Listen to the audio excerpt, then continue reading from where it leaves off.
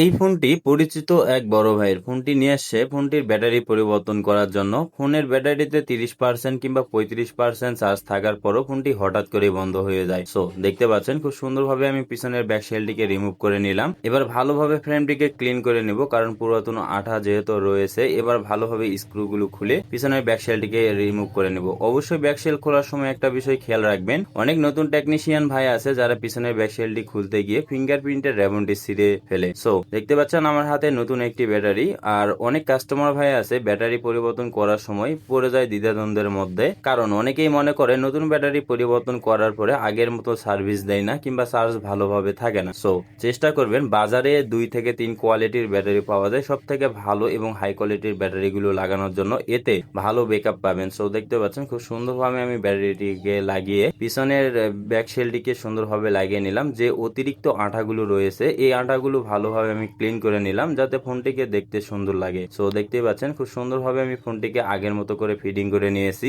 এবারে একটু চালিয়ে এরপরে কাস্টমার ভাইকে দিয়ে দিব। সো ভিডিওটি ভালো লাগলে ইউটিউব চ্যানেলটিকে সাবস্ক্রাইব করে ফেসবুক পেজটিকে ফলো দিয়ে রাখবেন, আর ভিডিওটি বন্ধুদের সঙ্গে শেয়ার করতে একদম ভুলবেন না। ধন্যবাদ।